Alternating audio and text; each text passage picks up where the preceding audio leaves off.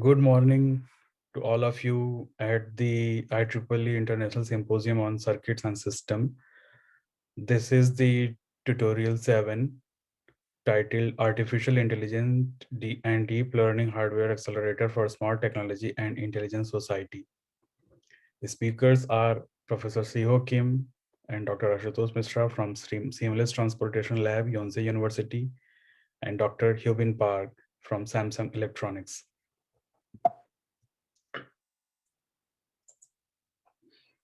Outline of the tutorial are in first session, there will be session for the AI accelerator for training and inference. It will cover the architectures, challenging issues of the AI accelerators for training and inference. In session 2, we have the lecture on on-device AI for smartphone. It will cover on-device AI for smartphone, hardware, software, model optimization, and benchmarking. The third session will be for AI accelerator for autonomous vehicles, which cover overview, survey, and challenges, hardware AI accelerators for autonomous vehicles. The speakers are Dr. Ashutosh Mishra.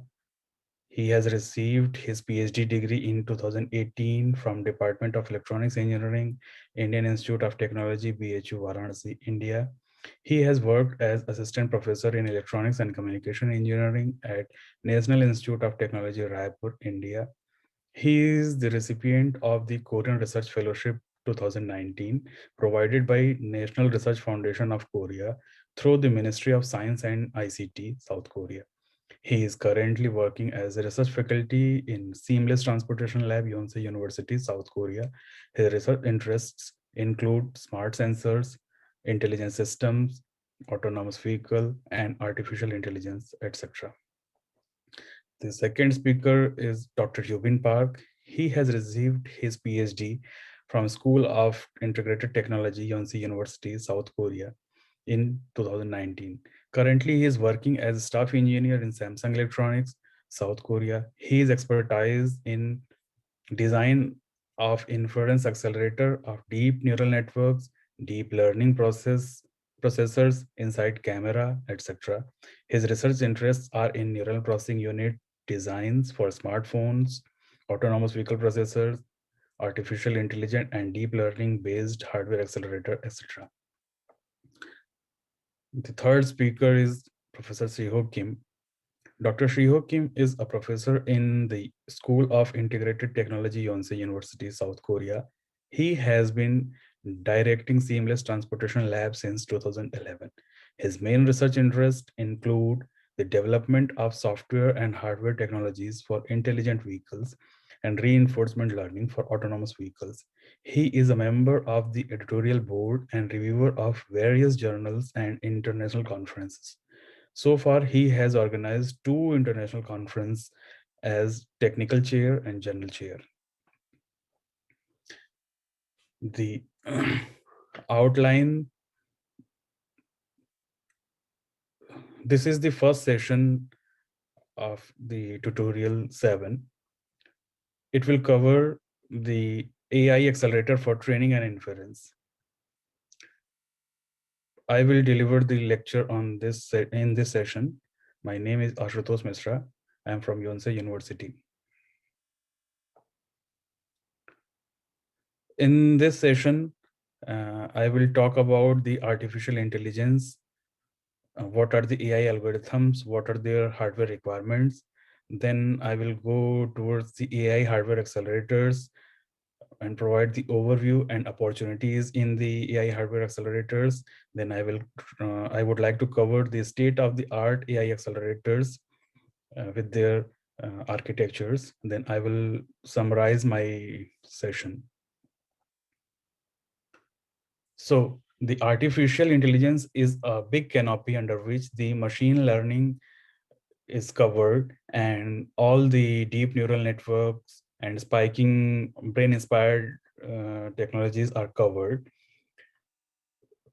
Why we are talking about AI? Because we can see it has the multifaceted applications. Nowadays, the AI has been used among every field, like the media, gaming, education, transportation, insurance, cybersecurity, social networking, real estate, agriculture, healthcare, mobile, and you name them, there will be the AI. So it is the growing area, and that only can be think of with the efficient hardwares. So we have the requirement of AI algorithm and the suitable hardware. For AI, there is training and there is inference.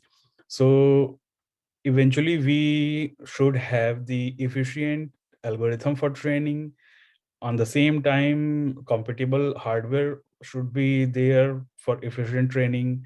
And for inference also, there should be algorithm which can efficiently perform the inference, and there should be the hardware which can efficiently perform, which can efficiently support that inference algorithms. So the AI, actually, it has many areas. I already have told the recent areas on which the AI has been implemented nowadays are the machine learning, neural language processing, computer vision, expert system, speech, robotics, recommendation engines. Now, I would like to talk about the training and inference through AI.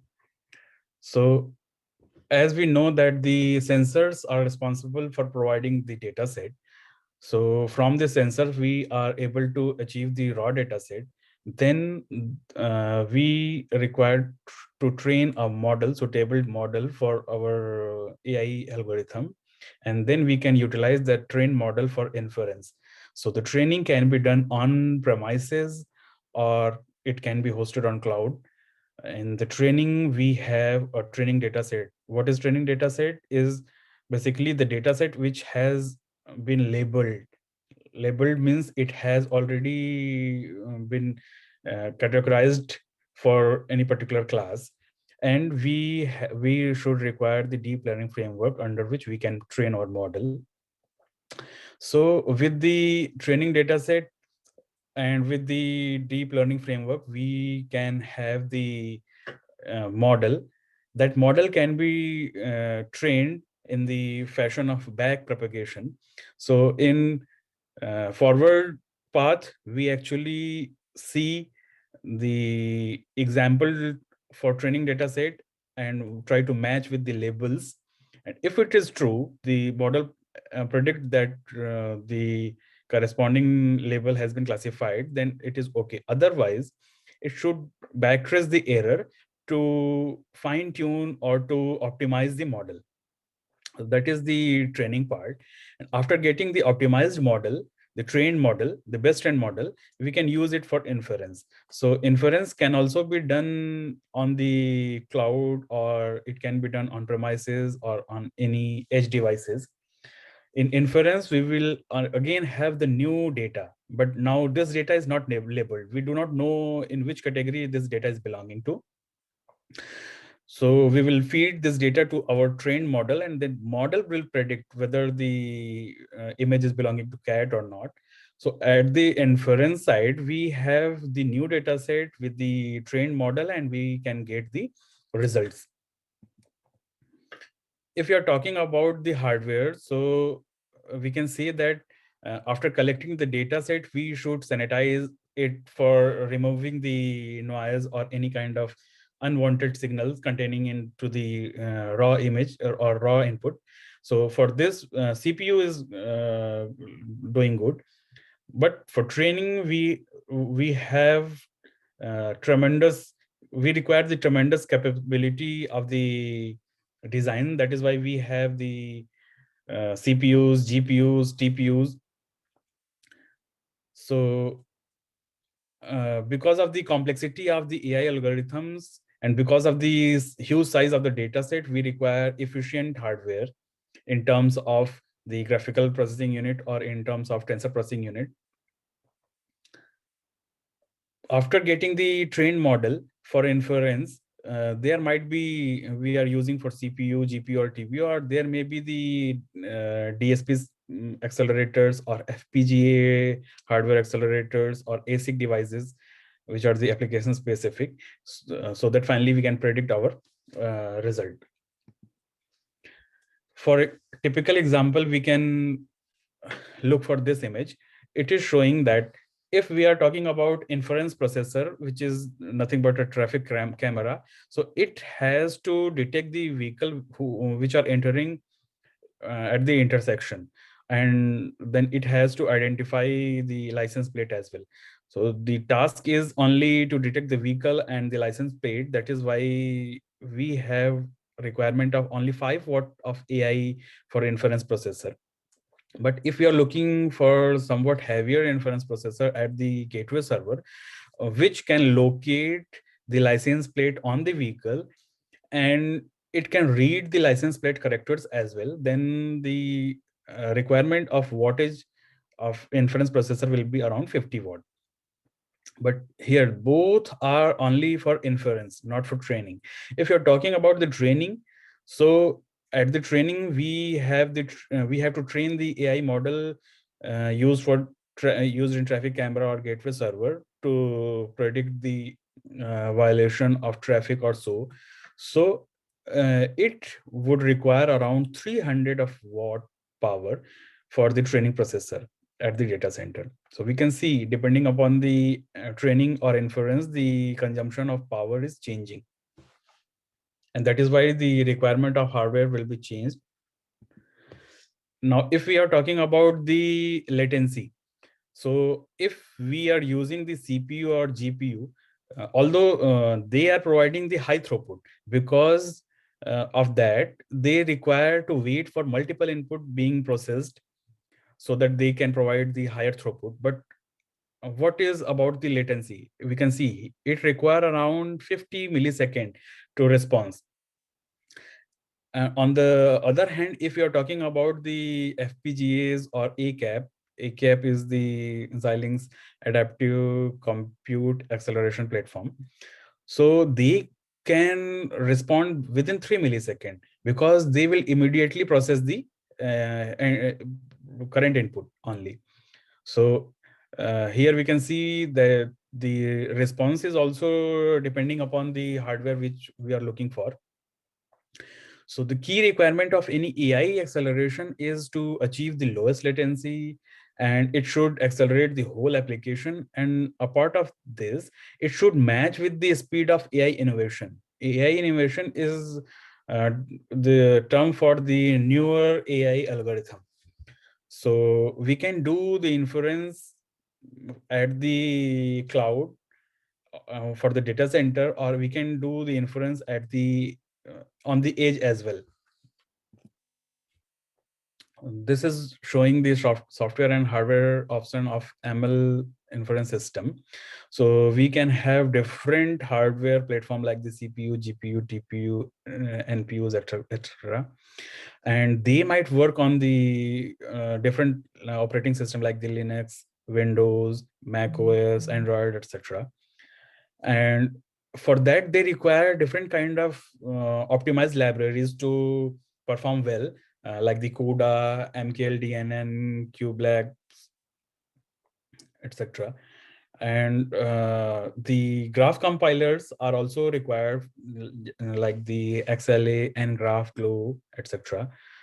We require different kind of graph format exchanger so that we can exchange our own model with some standard ML framework so that it can work on different hardware platform easily. Popularly known exchangers are the neural network exchange format and the open neural network exchange. We have different ML framework as well, such as the TensorFlow, PyTorch, Caffe, etc. And we have popular ML models, machine learning models as well, like the ResNet, GoogleNet, SqueezeNet, MobileNet, etc. They are trained on the popular data set. We can use the public data set just like the ImageNet, Coco, VOC, Kitty. They are very good resource for training our model. And if you're talking about the applications, we already know that it is applied at various platforms like the computer vision, for speech, for language translation, and very famously known for the autonomous driving.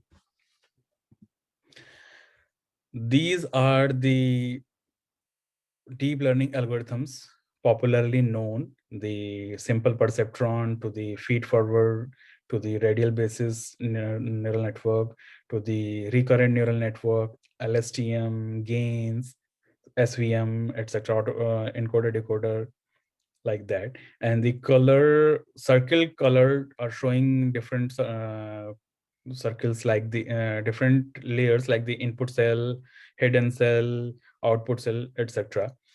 And if you're talking about the performance of the AI model on for different tasks, so suppose for image classification or recognition, CNNs are considered as performing well by the past researcher. For time series projection, the RNN or LSTM are used. For visualization, the self-organization map are being used by the past researchers. So the basic of neural network is, the artificial neural network is to multiply the different input with the weights and then accumulate them at the first stage. And then on the second step, we have the activation function, which is actually transferring or firing to predict the response, to classify whether it is belonging to particular class 1 or 2 or so. The same concept is utilized in the convolutional neural network. Here we can see the input image of this bird is considered as the input, and different pixels are used as the feature. And then the concept of convolution is involved by taking the kernel or convolving the kernel on the input and extracting the feature using the convolution, rectilinear unit, and the max pooling. We will see all in detail. This is basically for the feature extraction at the multiple hidden layers. And then the fully connected layers are used for classification of the output. So after the fully connected layer, we can get the required class predicted by the CNN model. This is showing detailed version of the same concept, which is utilized in deep learning. So we have here input having the size of 28 cross 28 dimension, and after convolving it with the 5 cross 5 kernel having valid padding, means zero padding, the feature obtained will be 24 cross 24 cross n1 channel, where n1 channel is the number of channel used for the convolution.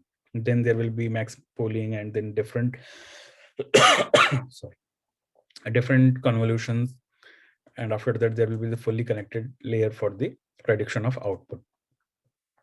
So here the input is having some number of height, h number of pixels as the height, and w number of pixels as the width. And then there is the filter having the m cross l size. Then after convolving using this filter, suppose here it is given the stride of 4. Stride is basically the pixel we are skipping for convolution. Then we can get this size of feature at the output. It can be calculated by the formula well recognized as the floor value of the input plus 2 times of padding minus filter width divided by stride plus 1.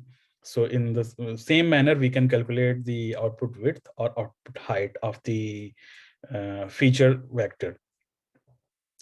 Here, for example, if we have 28 size of the height of the image, then at the output, after convolving it with the kernel of the 5 cross 5, we can see the by putting the values in the same formula, that 28 minus 5 plus 2 into 0. Here 2 because valid padding is involved, So padding is 0. That is why it is there. And by default, if it is not mentioned that there is in stride, then it will be considered as 1. So at the output, we can find the value 24. That is why it is like this. In more detail, we can see that how the convolution is performed. So here we can see the filter is moving all over this image to obtain the feature vector from this image. This is how the convolution is performed, and mathematically it is actually multiplicating the value and then accumulating them. So through this image, this is the image. After convolution, we can get the convolved feature. This is what I was talking about, the pooling. There might be the max pooling, average pooling, and some pooling. In max pooling, we are just picking the maximum values. In average pooling, we are picking the average of the value obtained in that kernel size. And in some pooling, we are just taking the sum of the values in that kernel size and putting it as the feature. To visualize the effect of forward and backward pass, we have presented here. Here we can see that this is one layer, this is another layer of the neural network. Then in forward pass, we can calculate the intermediate output U for layer L is equals to W, which is the weight, into the W of that layer, that is weight associated with this layer, and then the input of the previous layer plus bias. And after getting the intermediate output, we just use the activation function, that is for firing the neuron, and to get the value, prediction value. So the final value at the output will be obtained with the functional value of the intermediate output. After getting this, we will calculate the error in the backward manner. So the error can be calculated like the error of the previous layer is del L minus 1 is equals to the transpose value of the weight matrix into the error associated at the current layer into the gradient of the intermediate output. And the weight value will be updated by the delta W for layer L is equals to dl minus 1 times transpose of the error at the layer L. And for bias, the same error can be represented as the change in the bias. To visualize this, we can consider this image. Here, this is showing the input vector, and this is the kernel of weight, which we are just convolving to get the output activation, as mentioned here in this equation. This is the forward progression. For the backward propagation, we can see this example, and we can understand how it is calculating the error in the backward propagation. So the input loss gradient will be convolved by the transpose of the kernel weights to get the output loss gradient, like this. The weight gradient computation can be done by this. Here we can see the input into the transposed of the loss gradient. It will calculate the weight gradient. This same concept is implemented on the hardware. By this diagram, we can understand this. In these T's are showing the time cycle or the logic cycle. Here D's are showing the value of input at different levels, and A's are showing the array of registers which are in storing the values. For example, D1 can be calculated by multiplying the weight W1 by D0, and likewise we will go and obtain the final value at D3. So we will just check for error calculation for backward tracing. This is the forward propagation. In backward propagation, we will just compare this D3, the final value, with the target, what we desire to achieve at the output and what has been predicted. So D3 is representing the prediction value and T is representing the target which we are looking for. Difference between D3 and T will represent the error at the final layer, that is the del 3. And then by this equation, we can see here del 3 into transpose of W3. We can calculate the next layer, del 2. And likewise, we can go in the backward direction to trace the error in the entire network. And here we can utilize the concept of parallelism. So inter-layer parallelism is showing here. This is the very typical concept how we can implement the hardware accelerator for AI. This is very classical example. Now we will see the different kind of algorithms used in the computer vision model. So here we can see that the LeNet 5 was evolved in 1998, and then AlexNet came in 2012. See the difference between 1998 and 2012. So these many years are having no any significant algorithm.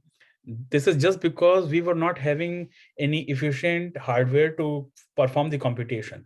That is why there was a huge gap between these many years. But after that, we can see we have frequent and very rapid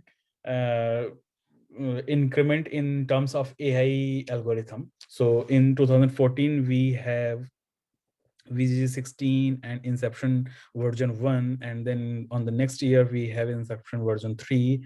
Inception version 3 is actually the version 2 and version 3 at the same time. So final version is version 3, which has been accepted and become popular.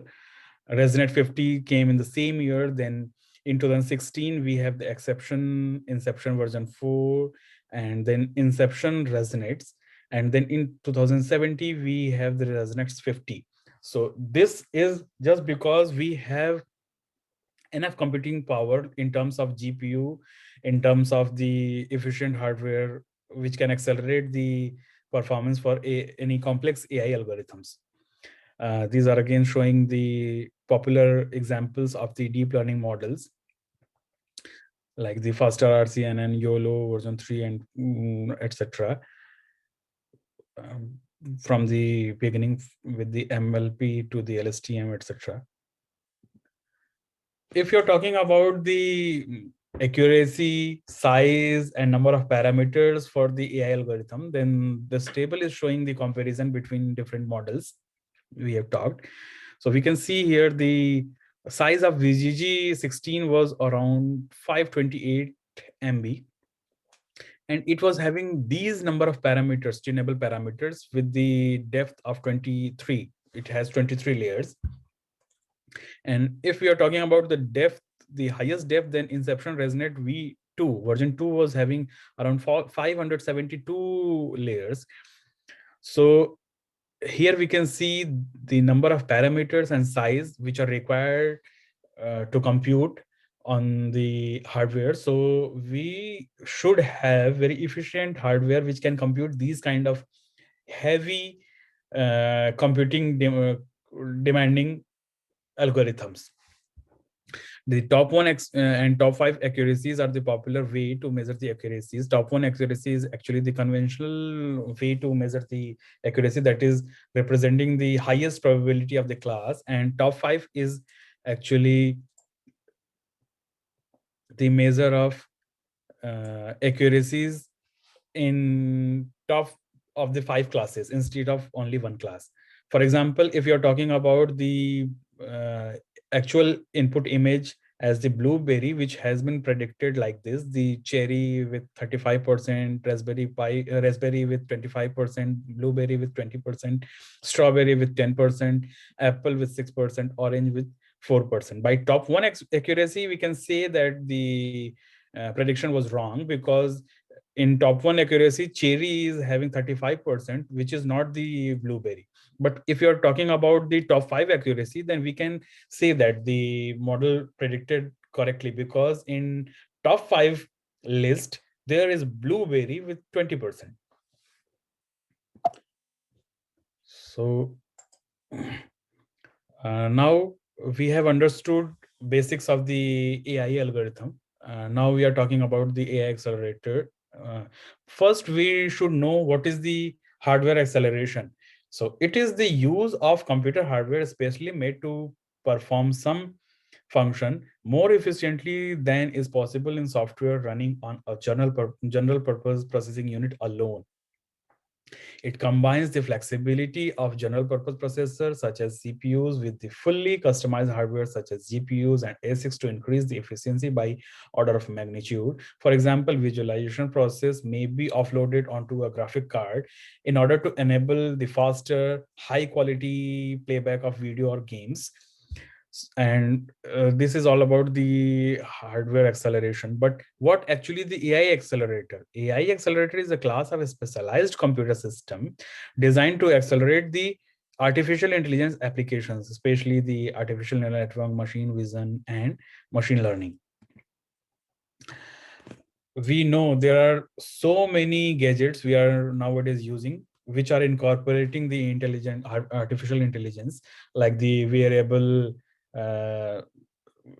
smart watches, hearable gadgets, smart phones, to the integrated AI smart watches, to the next generation assistants like the Alexa or Siri or so, or we are talking about the robotic home.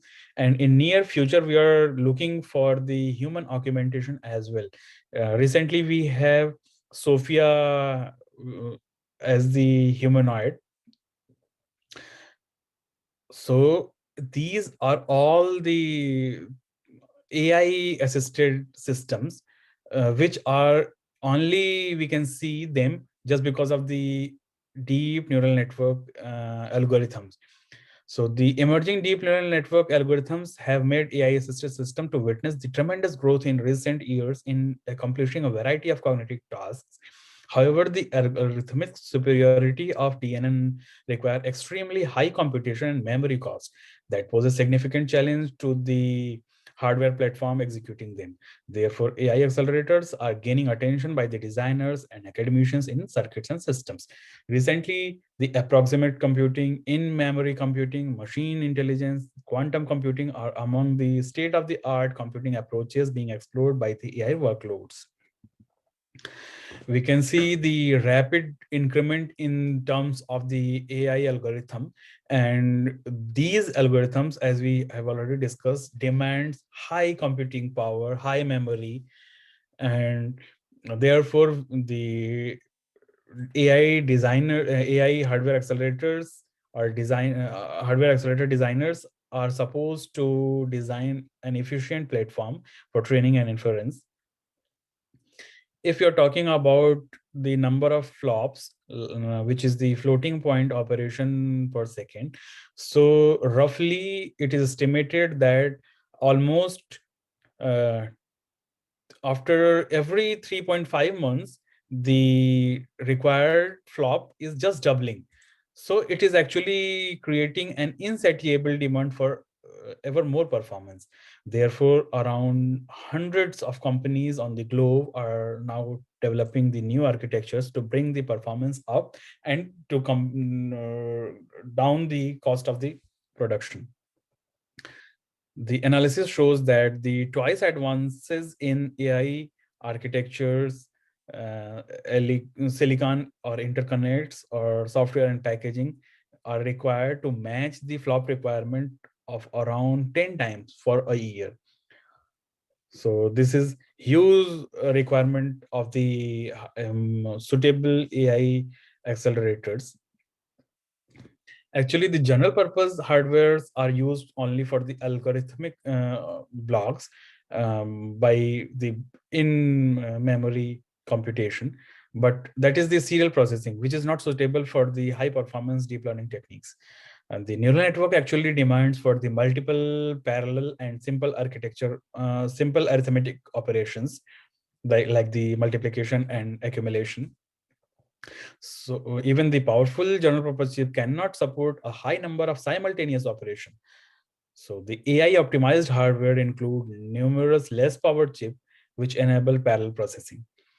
The AI accelerators provide advantage over the general purpose hardware in terms of faster computation, in terms of high bandwidth memory, because the faster computation and high bandwidth memory supports the requirement of AI algorithms. And the AI hardware is estimated to allocate around 4 to 5 times more bandwidth than the traditional chips, and they require parallel processing as well. So the AI application requires significantly more bandwidth between the processor for efficient performance. If you're talking about the assessment of AI accelerators, then the well-known assessment parameters are the processing speed, power requirement, device size, and the cost. Processing speed is the measure of the how fast inference or training can be done. So the faster training enables the ML expert to try different DL approaches, because if it is slow, and if suppose for one training it requires around 5 to 10 hours or so for training the model, then it will be difficult for the expert to try for different approaches and to go for the advanced AI algorithms.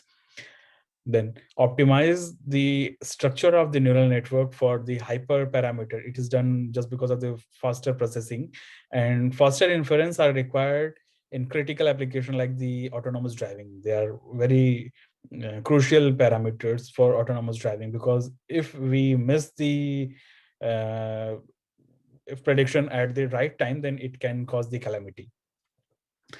After that, power requirement should be also very less, because eventually lesser power consumption will leads to the higher on time of the device. And then device should be minimal optimal or minimal size, because we are looking for the IoT application, mobile phone or small devices. And finally, we require to minimize the cost, because after having the device, it should be on the market, and the procurement decision basically depends upon the cost of the device. Apart from these four parameters, there is one critical parameter which should be think of while developing the AI hardware. That is the platform, because depending upon the platform, the requirements are variable, changing.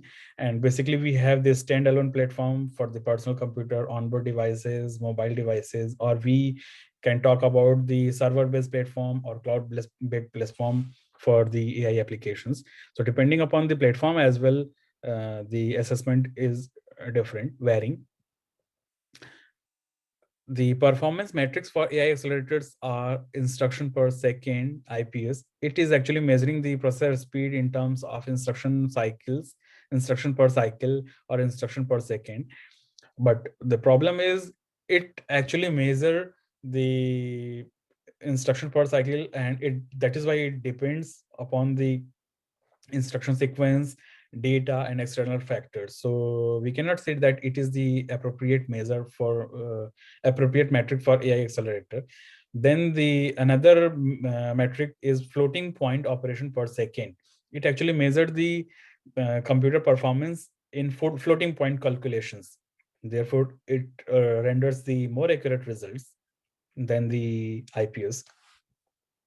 Another performance metric is trillion operation per second, which measures the maximum achievable throughput instead of measuring the actual throughput.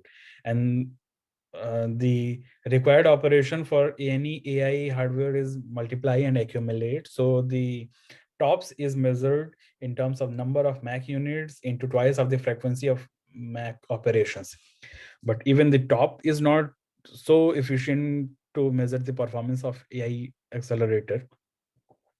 This is why, because we are looking for the higher throughput of our model.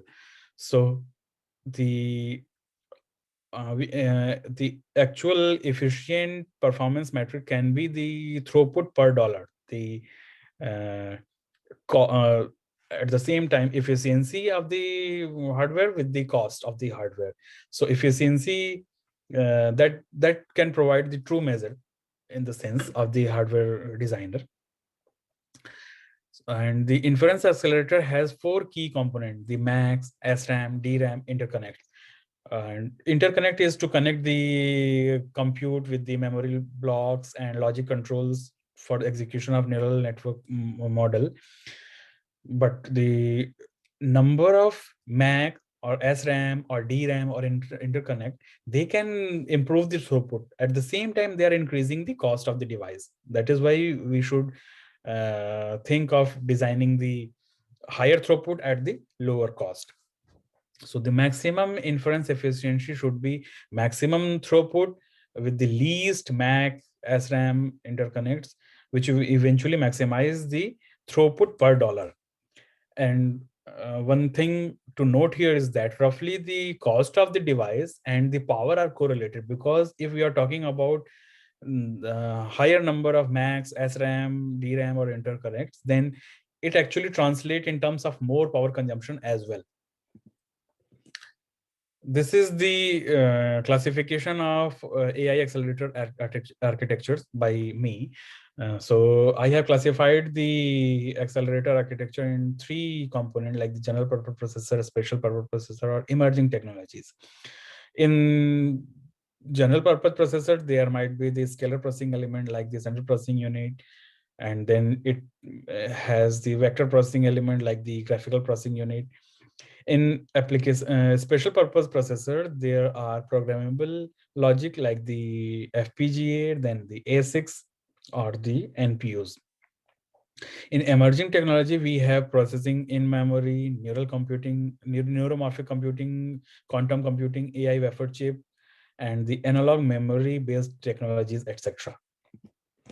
So the central processing unit, we already know that these are the general purpose processors mostly used standalone devices.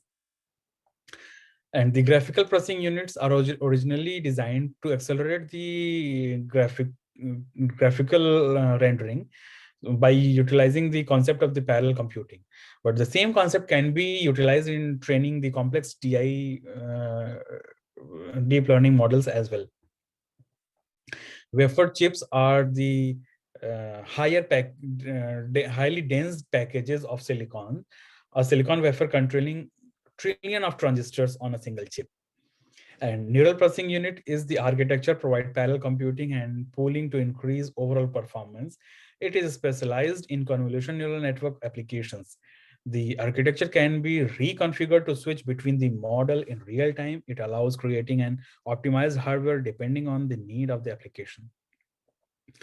The neuromorphic architectures are an attempt to mimic brain cells using novel approaches from the adjacent fields such as the material science and neuroscience.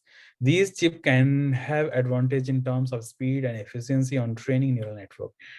Analog memory technologies are used because the digital systems are built only with the zeros and one. However, the analog techniques can contain the signal that are constantly variable and have no specific range. That is why IBM researcher team demonstrated a large array of analog memory devices achieve similar level of accuracy as that of the GPU in deep learning applications. The tensor processing unit developed by the Google, they are the application specific integrated ICs for AI accelerator. And on the cloud, we can use the cloud TPU, which enables to run the machine learning workload on Google's TPU accelerator hardware using the TensorFlow framework.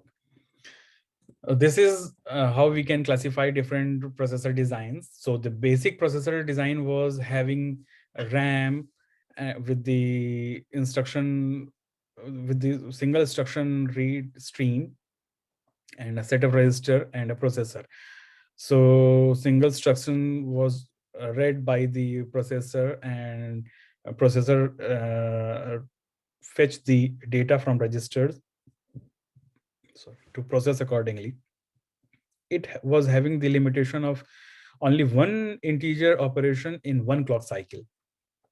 Therefore, Intel developed the Pentium, which was having one FPU, floating point unit, and two ALUs, the two integer operations, same to facilitate two integer operations in same clock cycle, and it introduced the out of scheduler to schedule the uh, instructions on the processors. So it speeded up the processing, but there was the problem that if one ALU is saturated and other is only utilized for 1%, then it was wastage. Then they developed the Pentium dual core with the two instruction stream. So it was actually showing the dual core, means two processor at same time. But and the name it actually initiated the simultaneous multi-threading concept of multi-threading. But the problem was, if suppose there is a blockage, then if one STM is blocked, then around 50% of the capacity of the processor was wastage. So the SIMD architecture, which is the single instruction multiple data stream, became popular, and it is the vector processing. It actually does single instruction, multiple data set are processed. So it is utilizing the vector processing. So in this architecture, we have a pool of FPU, ALU, SIM, and they are assigned the operation by the out of scheduler, and they have the different set of register with the 6 instruction streams. But again, the limitation was, if there is a blockage in the path, then it will be the wastage. So here arises the concept of multi-threading and multi-processing. In multi-threading, single processor divide the task depending upon the thread and do the tasks separately or parallelly. So it is doing the parallel processing in terms of multi-threading by the single processor.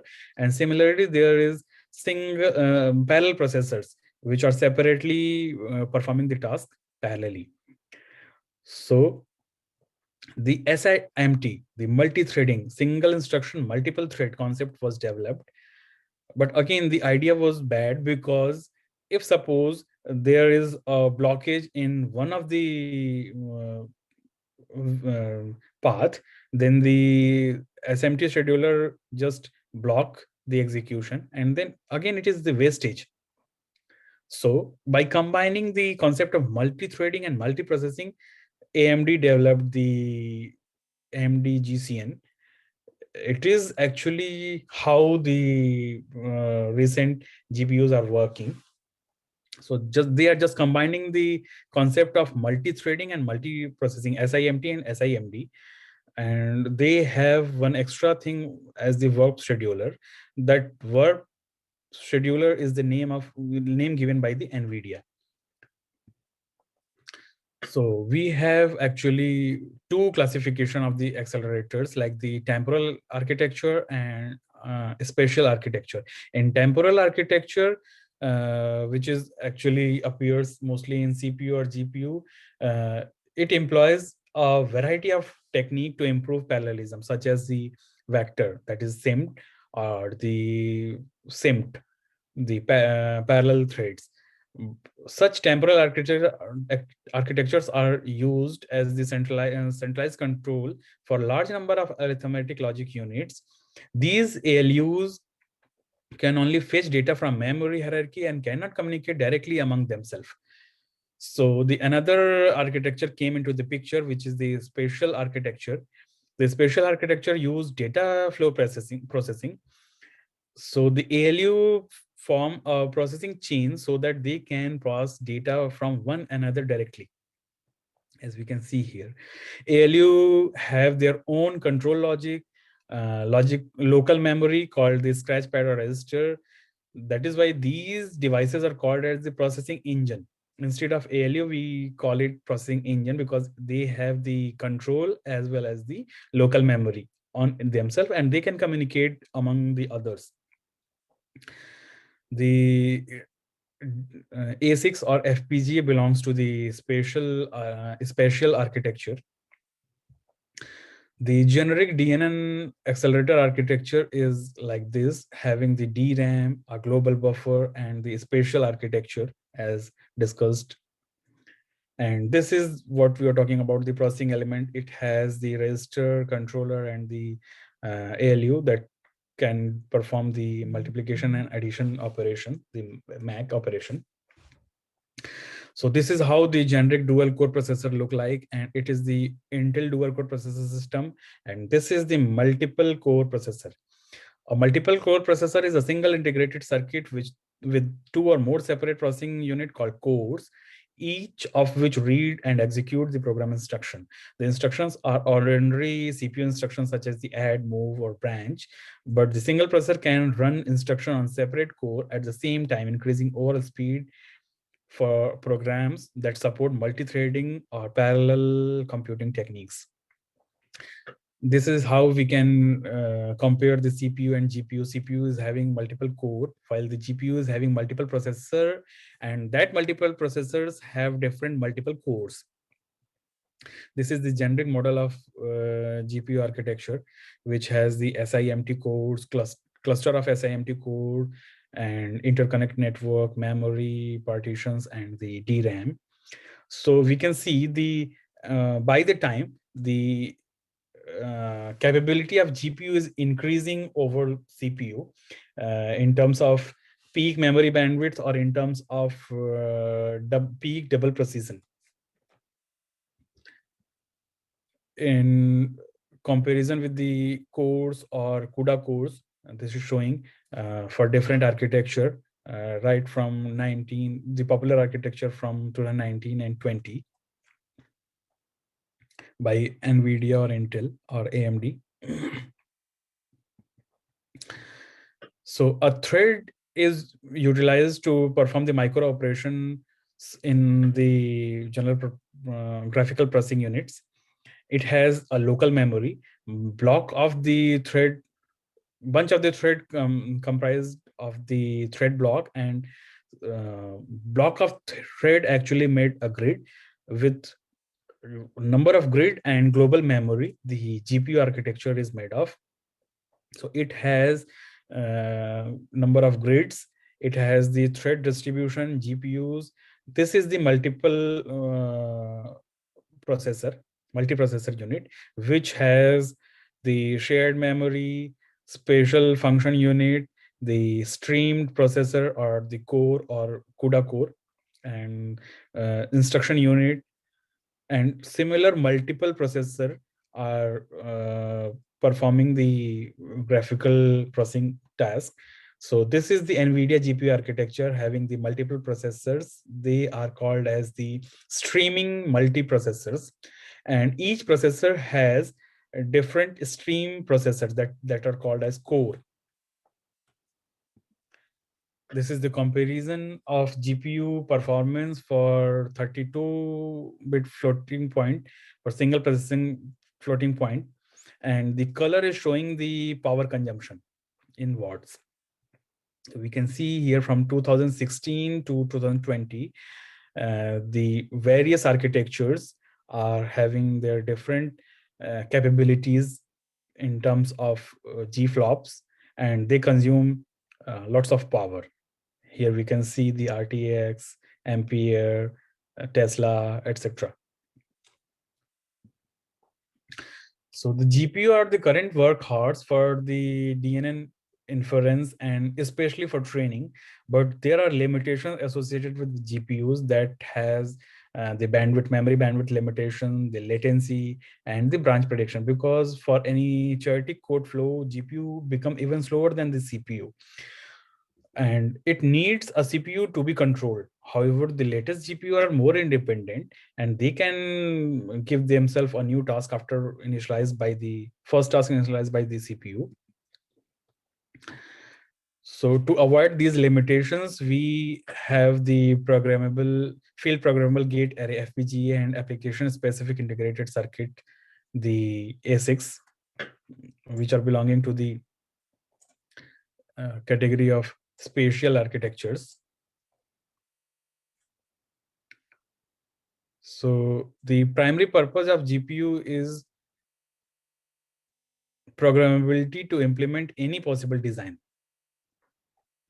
They are relatively cost effective with short time to market. Design flow is very simple, but problem with the FPGA is that they cannot optimize for various requirements of different applications, and they have less energy efficiency, and they consume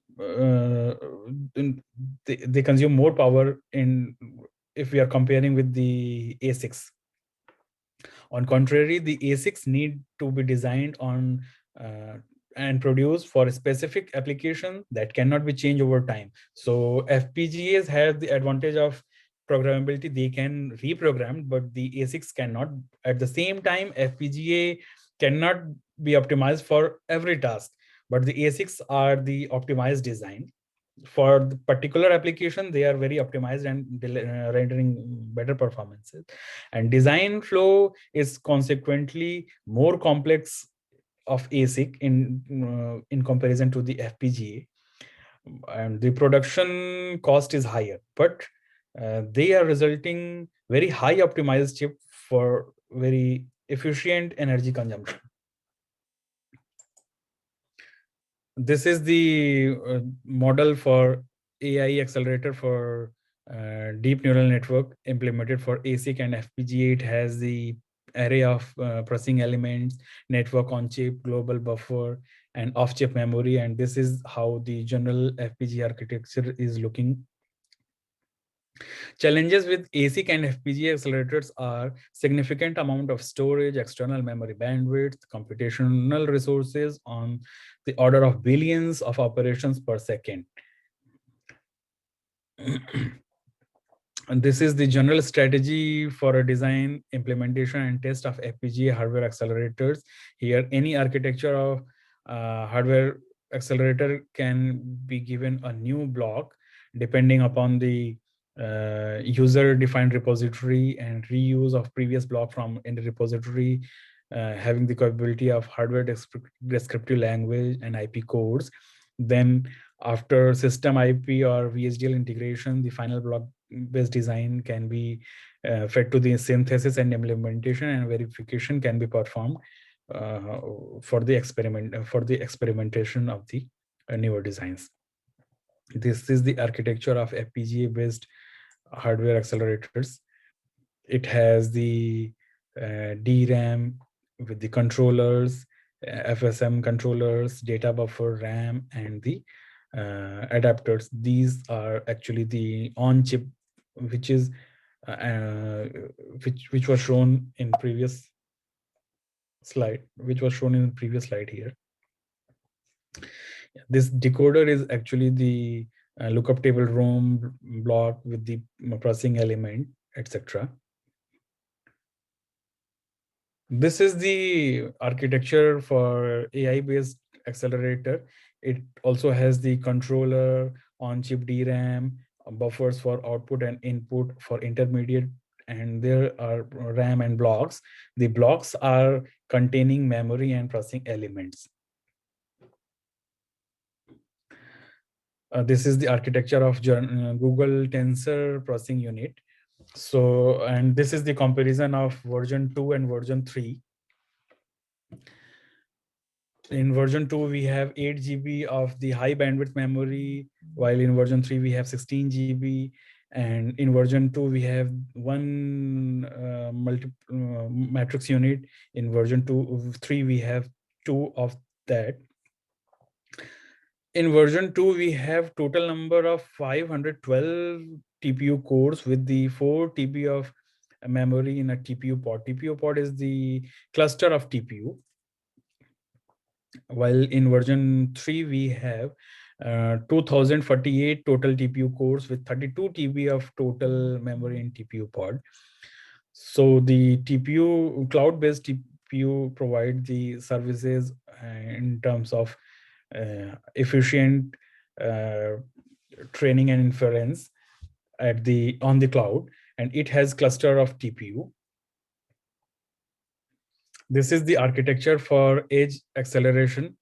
It has programmable logic block and the processing element.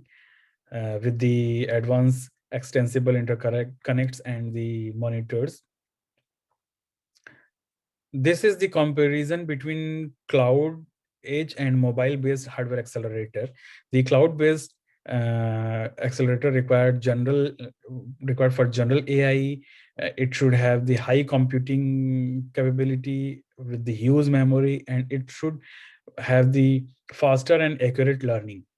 For mobile-based, we require the specific AI in real time with the limited resources with the low power.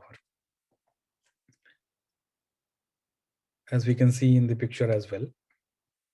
This is the comparison between edge and cloud computing, how the edge and cloud devices are associated and tasks are performed. So suppose we have some voice assistants like the Google Assistants or the Alexa from the Facebook, no, sorry, from the Amazon.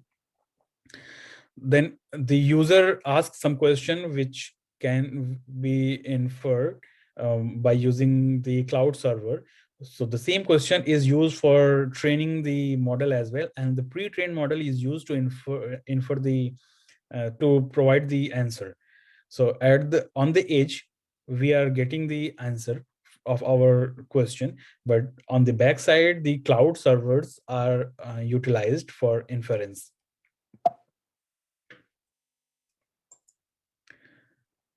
This is the requirement of cloud server.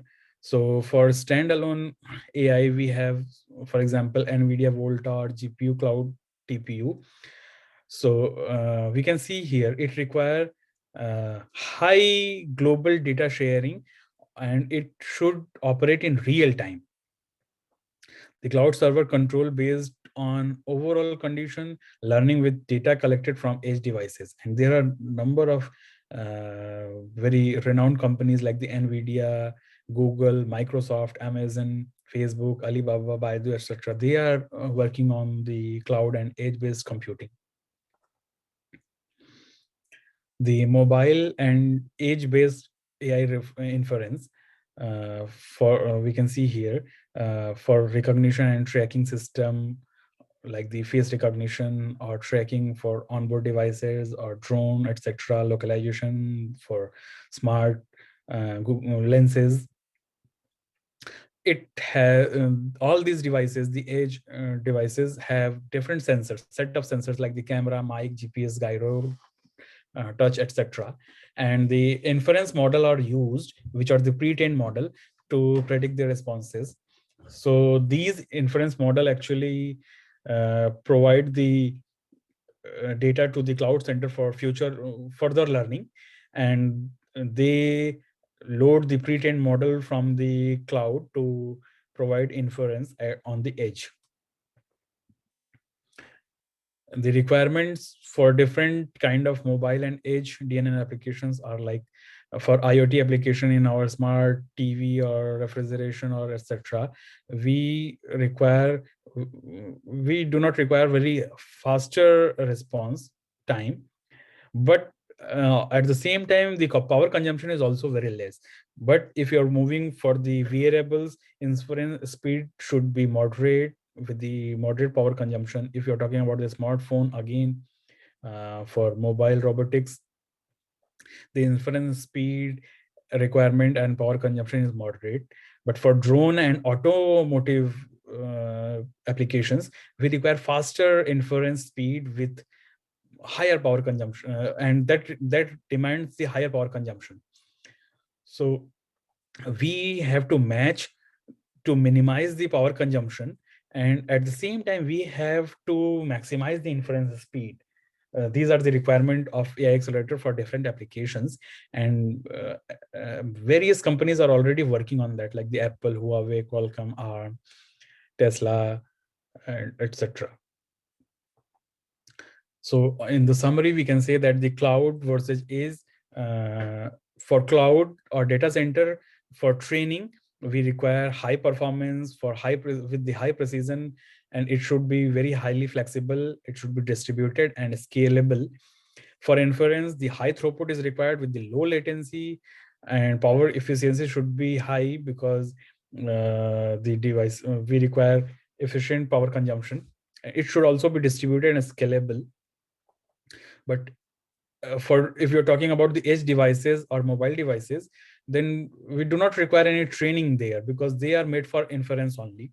So their requirement are drivers depending upon the application, like the car, wearable, or IoT we are talking about. At the same time, they should have the low moderate throughput, low latency, power efficiency, low cost. This is how the Mac multiply and accumulate architecture look like. In conventional architecture, we have set of register for input and then multiplication logic, accumulation for accumulation, accumulate, adder.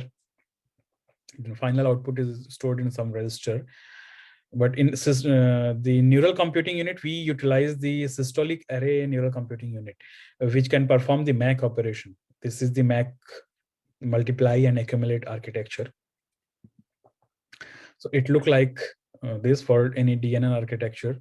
The systolic array-based DNN architecture has the activation memory, wait memory, and we can see here the input is going and multiplied with these wait.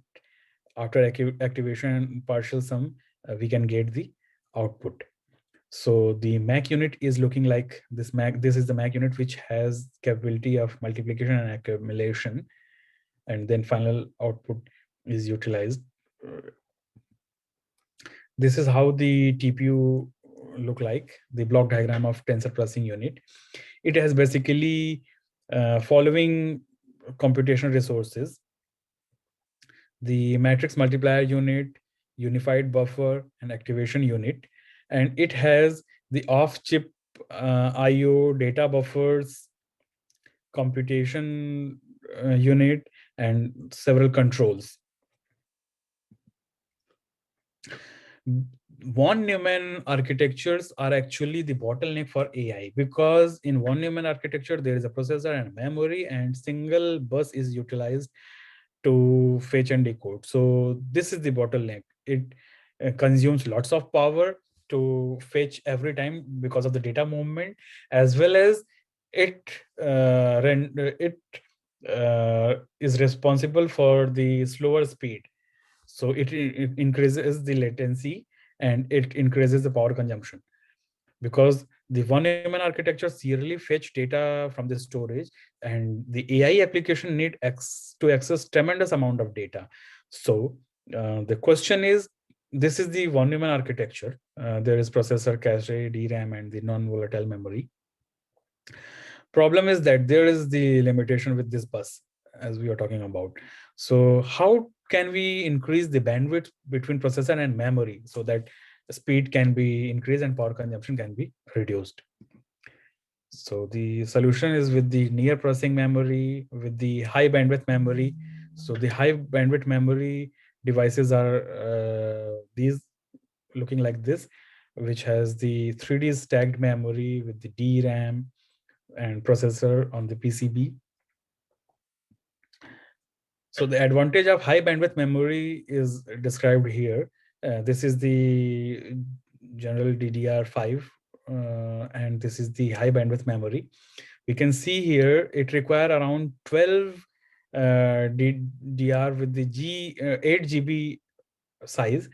And if you're talking about the high bandwidth memory option, then we only require 4 pieces of the high bandwidth memory with the 4 GB. So 75% of reduction is there. And if you're talking about the size, then also the high bandwidth memory, because we can see it has only 33 cross 24 millimeter of size, and the DDR5 has size of 60 cross 52 millimeter square. So around 1.3 times of size reduction is there, and density is also increased by the 1.3 times. At the same time, bandwidth is increased with the 18%. That is why the high bandwidth memory are more popular for AI accelerator design. So here we can see the emerging non-volatile memories in terms of accessing time and capacity. The hard disks were having higher capacity of storage, but problem was with the accessing time. They require more time to access. If we are going for the SRAM or DRAM, which are on chip on chip devices, non-volatile memories options, then the accessing time reduces. So in the our traditional approach, there was the bottleneck with the von Neumann architecture. But if we are talking about the near memory or emerging memory concept, then we can remove this limitation. And with the in-memory concept, we can further increase the uh, performance of the accelerators. So for in-memory application, the in-memory application processing in memory is like looking like this. This was the conventional von Neumann architecture. In processing in memory, we have non von Neumann architecture, and it converts the logical memory to provide the high bandwidth. It is suitable for data intensive workload, and there is little movement of data. That is why it is efficient as well, because we can see here the memory and logic are closer, so they do not require to uh, perform very high data movement as was there in the von Neumann architecture. So in processing memory, accelerator offer many potential benefit, including data movement of weights reduced, higher memory bandwidth by reading multiple weights in parallel, higher throughput by performing multiple computation in parallel, lower input activation delivers cost due to increased density of compute. However, there are several key design challenges associated with the processing in memory and decisions that need to be considered in practice. Analog processing is typically required to bring the computation into array of storage element or into its peripheral circuits. Therefore, major challenging situation for processing in memory are its sensitivity to circuit and device non-idealities. We can see the conventional and in processing memory approach. The compute has been moved to the memory. So here it shows the data flow of PIM accelerators, which has the processing element array with the weighted memory and converged weighted memory and compute with the DACs, activation, input activation memory, analog interfaces, and then the optional digital logic is there. This is the MAC operation in resistive non-volatile devices, and this is the MAC operation in floating gate non-volatile devices. Respective IV curves are there.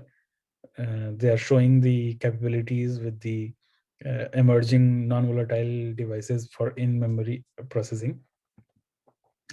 This is how a neural processing unit look like. So in single P, there is the weighted buffer, input, accumulator register, and there is sigmoid unit to perform the output. So multiplication of input and weight, and then accumulation, and then after sigmoid we can get the output. This is how a single neural processing unit look like. With the 8 neural processing unit, this is the architecture. In the next coming session, that session is for the neural processing unit on mobile device applications. So in detail we will see in that session.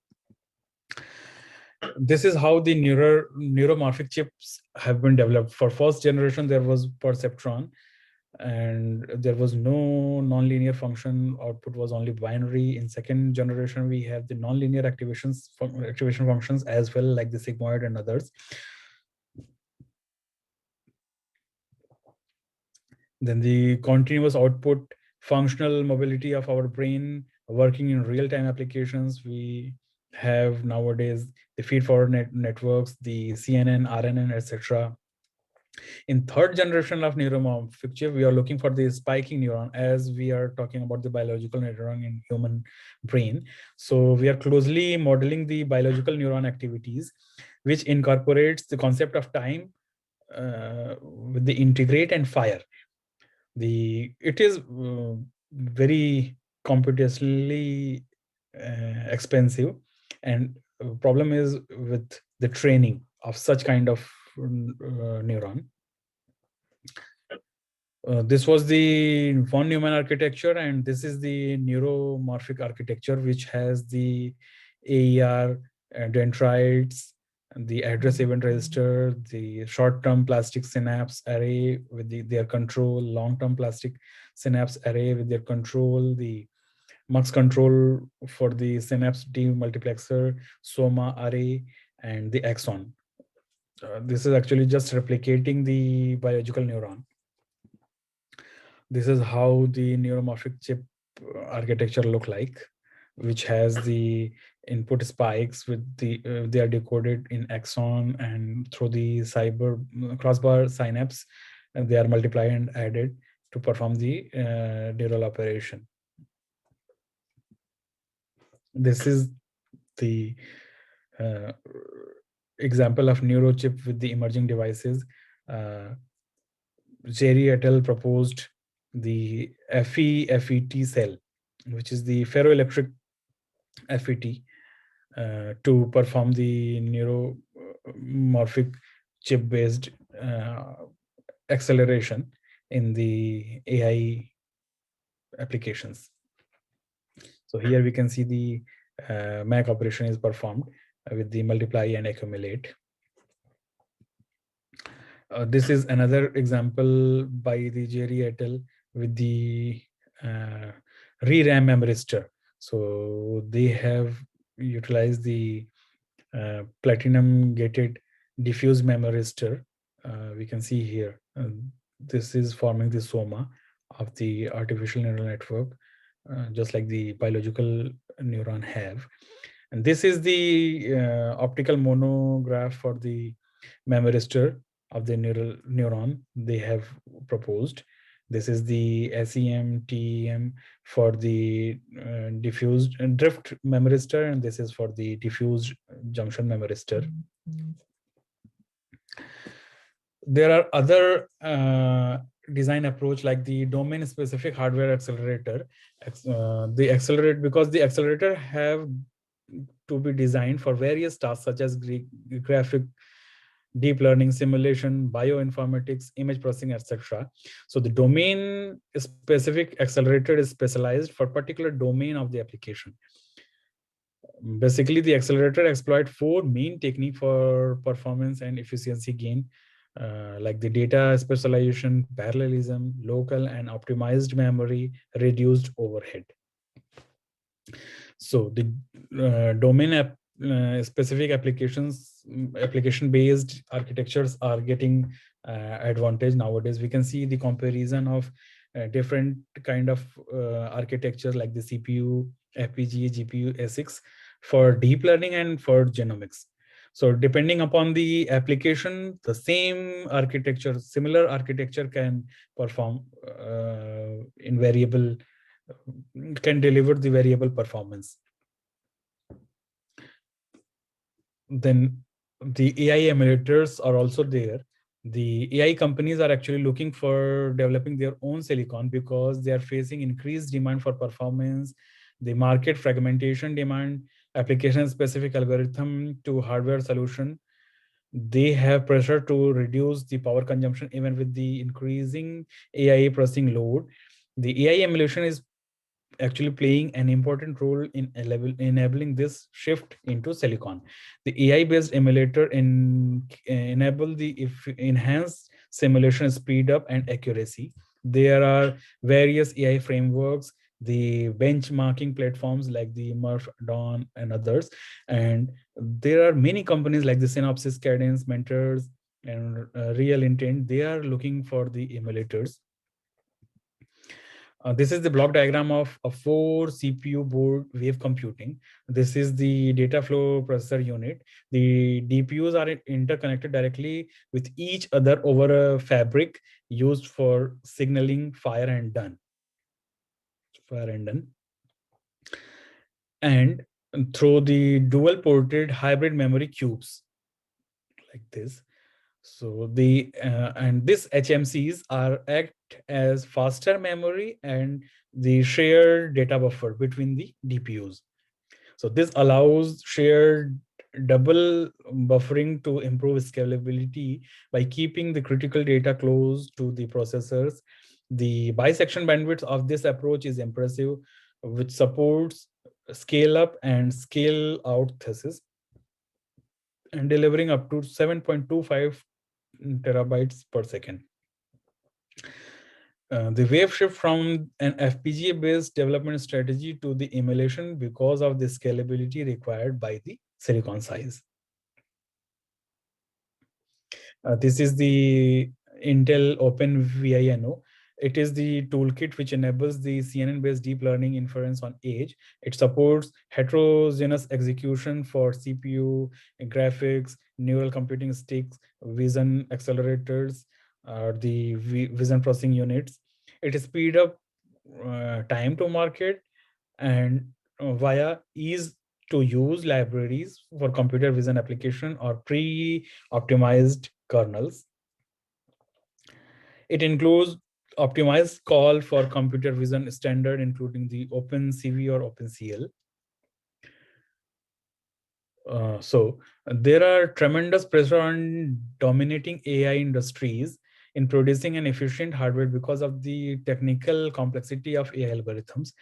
According to the Forbes, even Intel require around 3 years to build the Nirvana neural network processor. And therefore, there are big companies actually working for the AI hardware. It is not so easy to develop efficient hardware for the small scale companies. We can see the AMD, Apple, ARM, Baidu, GraphCore, NVIDIA, Qualcomm, Xilinx. They are Intel, IBM, the well-renowned company. They are looking for their hardware accelerator design. This is the landscape of the AI chip, covering the tech giant system, IC vendor, startups in China, startup in worldwide, IP design services, compilers, benchmarking. So there are variety of people looking for the AI applications, hardware platform, and so this is the comparison of popular AI algorithms we have discussed.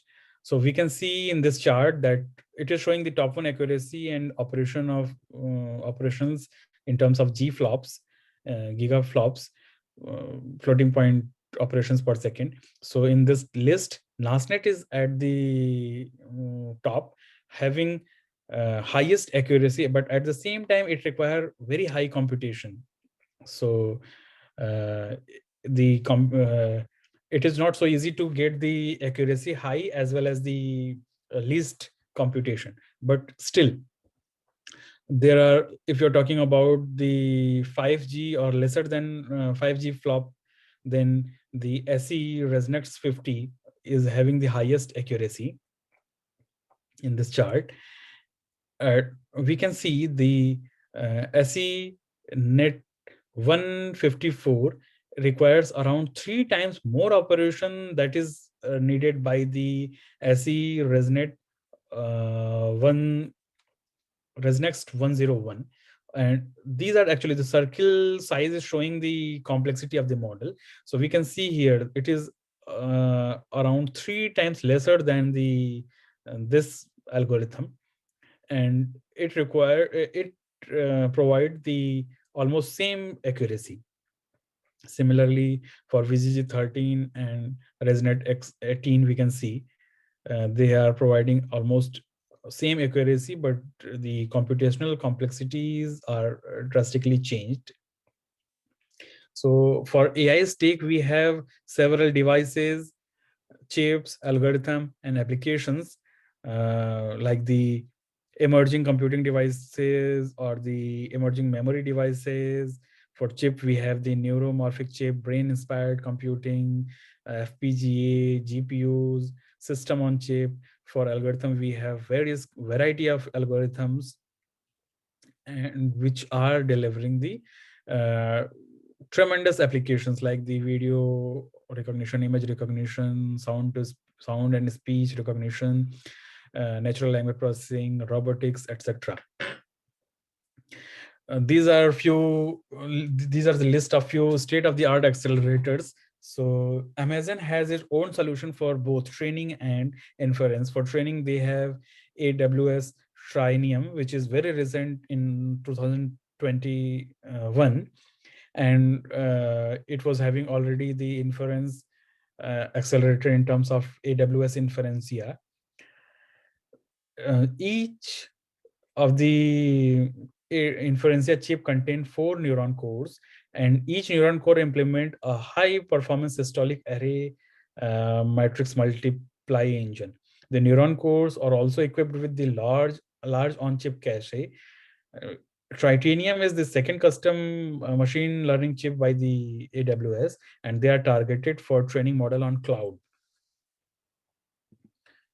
This is the Cerebrus wafer scale engine. It is considered as the huge monster because it has around 1.2 trillion of transistors with the size of 16 nanometer process with the TSMC. So if with this capability, we can think of so many number of processors on that single chip, single wafer. This is the architecture of Intel Nirvana neural network processor. It shows the block diagram, tensor processor diagram, and the matrix processing unit, and the floating point dot product design of the Intel NNPT. The Nirvana NNPT is standalone PCI-based accelerator for deep learning and artificial intelligence. It was based on the 16 nanometer process by the TSMC. It consumes around 680 millimeter square on die with the 27 billion transistor on it, and it consumes around 150 to 250 wattage of power. This is the Goya processor by the Habana. This is for inference, and this supports variety of data types. It includes 8 programmable cores, cluster of 8 programmable cores. The TPC, tensor processing unit, is proprietary core of Habana, and it has the very long instruction word with the single instruction multiple data vector processor. It also has instructions architecture hardware tailored to serve deep learning workload efficiently. Again, the Goody processor by the Habana, it is for training and inference both. It is also scalable, and it is the first AI processor which integrates the on-chip RDMA, that is the remote direct memory access, over converged Ethernet. And now the Intel has acquired the Habana.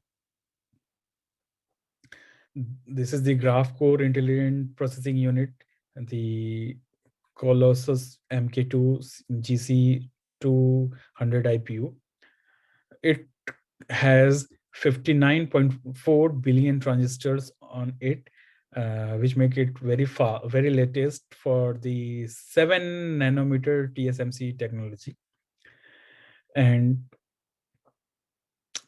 it holds the 900 MB in processor memory with the 47.5 terabyte per second bandwidth, and it delivers up to 250 teraflops for AI compute at floating point 16.16 and floating point 16 point SR, the stochastic rounding. This is NVIDIA GA102 GPU with 84 SMS. SM is streaming multiprocessor. It contains 7 GPCs, 42 TPCs, and 84 SMs. It is for it is composed of the graphic processing clusters, texture processing clusters, streaming multiprocessor raster operations, and memory controllers. This is the Huawei Accent. Huawei also has the inference and training processor. The Atlas 300i is the inference card, whereas the Accent 910 AI processor is the training card, capable for training AI algorithm. And this is the AI inference SoC and AI training SoC by the Huawei. This is the NVIDIA A100 Tensor Core GPU. It utilized the concept of sparsity in deep learning, which is very important for individual weight involved during the learning process and by the end of network training. So only a subset of weights have acquired a meaningful purpose in determining the learned output. The remaining weight are no longer needed. That is why they utilize the sparsity. There might be two kind of sparsity, like the coarse grained sparsity and the fine grained sparsity. These are removing the entire subnet, that is the coarse grained sparsity, because of the zeroing effect of the weights. And this is the fine grained sparsity. It explores zeroing out the subnet from the neural network. If you're talking about the opportunities, then there are plenty of opportunities for the hardware designer in AI world, from the compute to the memory to the storage to the networking, because accelerators are required for AI applications. High bandwidth memory, on-chip memories are required. Potential growth in demand of existing storage systems are also required, and better networking platform is required to communicate with the data center and to build the suitable infrastructure of the data center. If in terms of the market trend and in terms of the cost in the market, so we can see that in coming 2025, AI market will be covering around increased by the 5 times from 2017. The comparison is in terms of $1 billion. We can see the shift from the standalone architecture to the data center or the edge. Nowadays, AI hardwares are shifting from the standalone platform to the data center architecture or edge, because of the beauty, or because of the compatibility of edge devices like the smartphone or IoT applications. They involve data center or server applications for inferencing. So there are data center in terms of the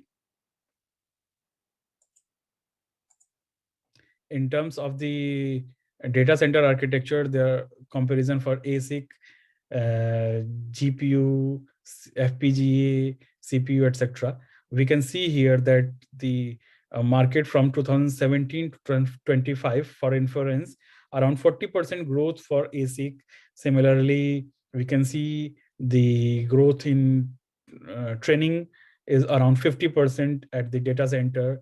And if you're talking about the edge, then for the same ASIC from 2017 to 2025, around 70% of growth is there for the ASIC based architectures. For training, at the edge, architecture is also growing from 50% to 70%. So in summary, we can say that the AI is shifting from the standalone devices to the cloud and edge platforms, because the edge inference and learning process will be more important due to the privacy concern, real-time applications, and due to the power constraints. The federated learning will leverage the cloud big data advantage on the edge. Again, if you're talking about the domain specific architecture, then it will be better, because the application specific hardware architecture are the clever choice for designers, and depending upon the application, different architectures are required. They have different requirement as well. The most important thing is throughput per dollar, because eventually we have to increase the throughput and to minimize the cost, to make it cost effective to retain in the market. And the newer technologies are required to improve the devices. And the new in the name we are talking about various kind of emerging technologies, such as the neuromorphic computing, processing in memory, quantum computing. They are actually the future of the AI accelerators. Thank you for your patience and time. And in the next session, we will see in the coming two sessions, we will see the AI accelerator for the neural processing unit and the autonomous driving. Thank you so much.